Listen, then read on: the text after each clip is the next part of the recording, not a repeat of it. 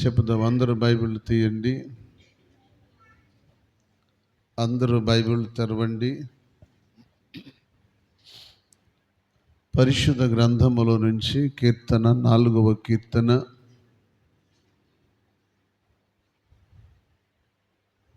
4వ కీర్తన మొదటి చరణం.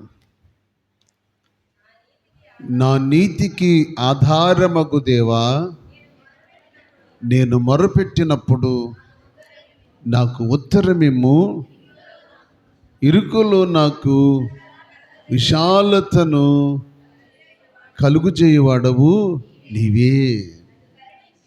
నన్ను కరుణించి నా ప్రార్థన అంగీకరించు. ఎన్ని మాటలు అడుగుతున్నాడు దేవుణ్ణి. ఒకటి, నా నీతికి ఆధారమగు దేవా, నేను మొరపెట్టినప్పుడు నాకు, తర్వాత ఇరుకులు నాకు విశాలతను కలుగు చేయవాడవు నీవే. నన్ను కరుణించి నా ప్రార్థన అంగీకరించు. ఏం అంగీకరించాలి చెప్పండి? ఏం అంగీకరించాలి? ఒక వ్యక్తి అంగీకరించబడాలంటే అతను ఏమవ్వాలి? ఏమడిగాడండి? నన్ను కరుణించు.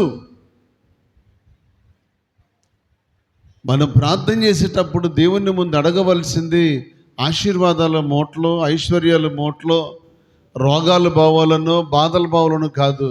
ముందు మనము దేవుని చేత ఏం చేయబడాలి? కనికరించబడాలి. యేసుప్రభు వారు ఒక రోగిని స్వస్థపరచాలంటే వాడి పాపములను క్షమించు, వాడిని కనికరించు, అప్పుడు ఆ వ్యక్తిని బాగు చేసేవాడు. బిడ్డలారా, మన ప్రార్థన దేవుడు వినాలి అంటే ముందు మనం దేవుని దగ్గర ఏం కోరుకోవాలి? కనికరం. నన్ను కరుణించయ్యా, నన్ను క్షమించయ్యా, నన్ను చూడయ్యా. ఈ దినమంతా నేను ఎలాగో బ్రతికానో,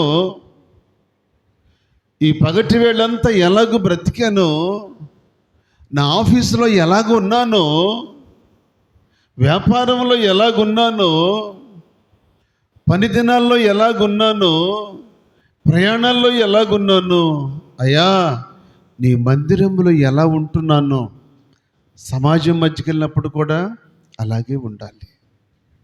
నా ఇంట్లో ఎలా ఉంటున్నానో బయటికి వెళ్ళినప్పుడు కూడా అలాగే ఉండాలి. అంటే ఒక ఆత్మ సంబంధమైన బిడ్డ, క్రీస్తు రక్తములో కడగబడిన బిడ్డ, దేవుని సన్నిధిలో నిత్యము ప్రార్థించే బిడ్డ, అనుదినము దేవుని ప్రార్థనా స్థలానికి, నీకంటూ ఒక ప్రార్థనా స్థలం ఉంది నీ ఇంట్లో. మందిరంలోనంటే నీ ప్లేసును ముందు వస్తే అక్కడ కూర్చోడం, లేకపోతే ఇంకోళ్ళు కూర్చుంటారు. దాన్ని విడిచిపెట్టండి. నీకంటూ నీ గృహంలో ఒక ప్రార్థనా స్థలం ఉండాలి. ఓ ప్రత్యేకమైన స్థలాన్ని నువ్వు కేటాయించుకోవాలి. నీకు సమయం దొరికినప్పుడు ఆ స్థలానికి వెళ్ళి నువ్వు మోకరించి దేవుని పాదాల దగ్గర క్షమాపణ కోరుకొని అప్పుడు మనకు కావలసినటిని అడగాలి. ఎందుకో తెలుసా? ఆయన ప్రతి దుష్టత్వాన్ని, ప్రతి పాపమును, ప్రతి విధమైన శాపమును, శోధనలను క్షమించుటకు సిద్ధ మనసు కలిగిన దేవుడు. అందుకు మనం ఆయన్ని క్షమాపణ కోరుకోవాలి.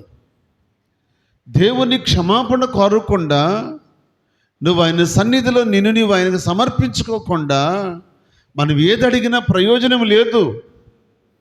ముందు మనం దేవుని క్షమాపణ కోరాలి. ఎందుకో తెలుసా? మాటో, ఆలోచనో, తొందరపాటో ఏదో ఒకటి దేవునికి విరోధమైంది, ఏదో ఒకటి ఉంటుంది. పగటి వేళ అంతట్లో ఏదో ఒకటి ఉంటుంది. స్నేహితుడి పట్ల, స్నేహితురాలి పట్ల, పిల్లల విషయంలోనో, ఇంకొకరి విషయంలోనో ఏదో ఒక మాట, ఏదో ఒక తొందరపాటు. బిడ్డలారా, పొరపాటు లేని మనుషుడు ఎవరు ఉన్నారా? దావీదు అంటాడు, తన పొరపాటును కనుగొనగలిగిన వాడు ఎవడు? ఈ ప్రపంచంలో సామాన్యుడైనా, సామంతుడైనా, ధనికుడైనా, దరిద్రుడైనా ఈ భూమి మీద పుట్టిన ప్రతి మనిషి ఏమరగడంట? చెప్పండి ఏంటంట? తన పొరపాటును కనుగొనగలిగిన వాడు కావాలి. నీ పొరపాటును ఎరిగి ఉండాలి.